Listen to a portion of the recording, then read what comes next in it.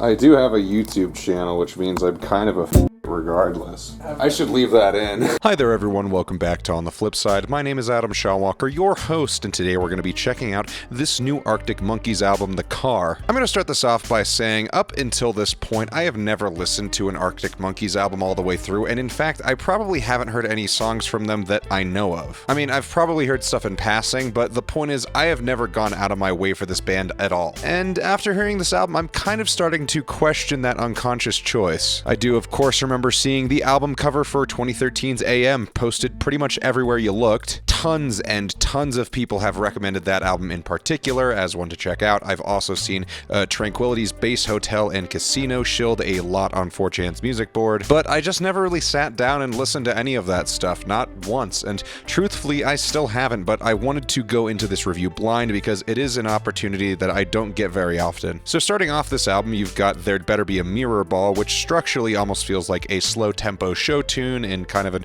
almost noir style. I'm a big fan of the lead-in for this track with its very abrupt piano work and Elton John-esque personality. It's definitely more of like a singer-songwriter style, sort of like if Josh Tillman were to make something a little bit more poppy in a Bowie style, maybe something a little bit less tongue-in-cheek. I do like the themes of looking back at life through rose-colored glasses, though in this case blown up so much that it's just beyond nostalgia and into something that is potentially actively being harmful with its draw. I Ain't Quite Where I Think I Am hits on a very 70s rock sound. It's definitely right in line with a lot of modern indie psych rock, like kind of a slightly toned down Tame Impala. I do also really like and kind of prefer the restraint Arctic Monkeys display here because I feel like this song very easily could have gone way overboard. I do also really love the very dreamy suite towards the end of the song with this very lovely string section that I think really juxtaposes well with these wah heavy guitars, and it is a really well put together weepy dramatic track that I quite like. Sculptures of Anything Goes hits a slightly more electronic style with these low rhythms that are very isolated from pretty much anything else. You can kind of hear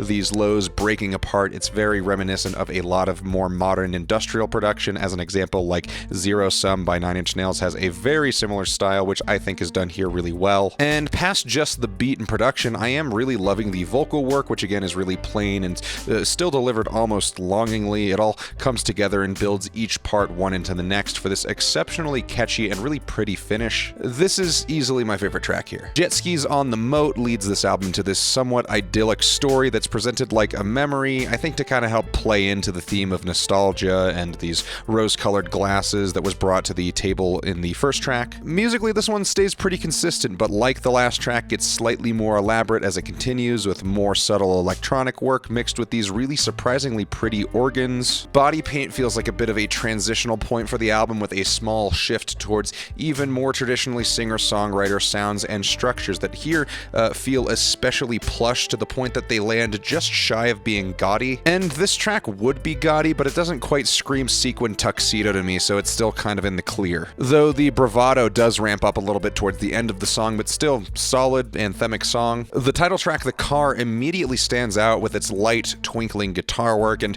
dramatic drum rolls, which I think are on timpanis, but I can't quite be sure. Either way, the song the whole way through is one of the more produced here with no shortage of strings or full padded production that is balanced quite nicely. I do think past this point the album does stop climbing in quality and kind of just maintains a decent bleed off to the end of the album. Big Ideas, for instance, feels pretty much as dramatic and constructed like The Car or Body Paint, but doesn't really introduce much more, and lyrically it's fine, but doesn't really strike me as anything more than a song that is meant to be as melancholy as possible, dwelling on foiled plans and missed opportunities. Hello You, again, hits more of that very 70s Bowie pop style, maybe some Beatles. And I haven't brought it up yet, but the rhythm section on this album is very tight. This song is no exception. Mr. Schwartz and Perfect Sense as album closers are okay, but I'm not particularly fond of either of these songs. I can appreciate the instrumental for Mr. Schwartz, which kind of sounds like a Radiohead track with kind of a show tune like big band beat minus the horn section. Perfect Sense, even though I'm not huge on it, does at least wrap up things pretty quickly instead of dwelling on any one idea too long, which is pretty nice. I can appreciate the consistency and the strong follow-through on this album with the themes of grief and melancholy and that sinking feeling of missing your chances. But I do wish that there was maybe a few more moments where things went a little bit further. This is actually one of the few albums that I've heard recently that